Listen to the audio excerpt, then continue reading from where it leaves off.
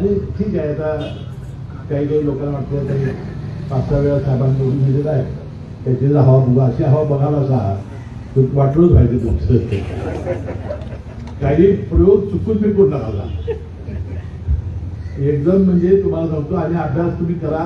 मी तुमच्या अभ्यासात बसनंतर ज्ञानाला घालतो येऊन, आणि आपण अभ्यास करून एका मताला येऊया. आज काय वास्तविक हा विषय नाही, तर बाळासाहेबांनी जो विषय काढला म्हणून मी त्या विषयाला चालना दिली.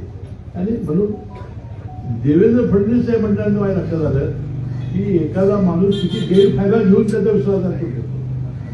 मी काय विश्वासच केला नाही, मी साहेबांना सांगून आणलो.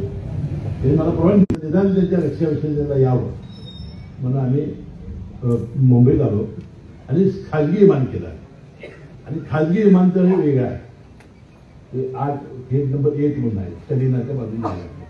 तुम्ही सगळेजण जाता ते खुडणं, आणि हे खाजगी विमानाला जायला गेट वेगळा आहे. आम्ही चौघं बसतो. तोपर्यंत आला पवार साहेबांचं शिंपी म्हणून दिल्लीचा PS खूप आला. मिसेसांची आत होती.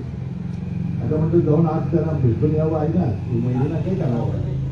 तो पण साहेब दोन आले तर मग आम्ही नमस्कार, कुठं आला तर मी म्हटलं ह्याला आलो आम्ही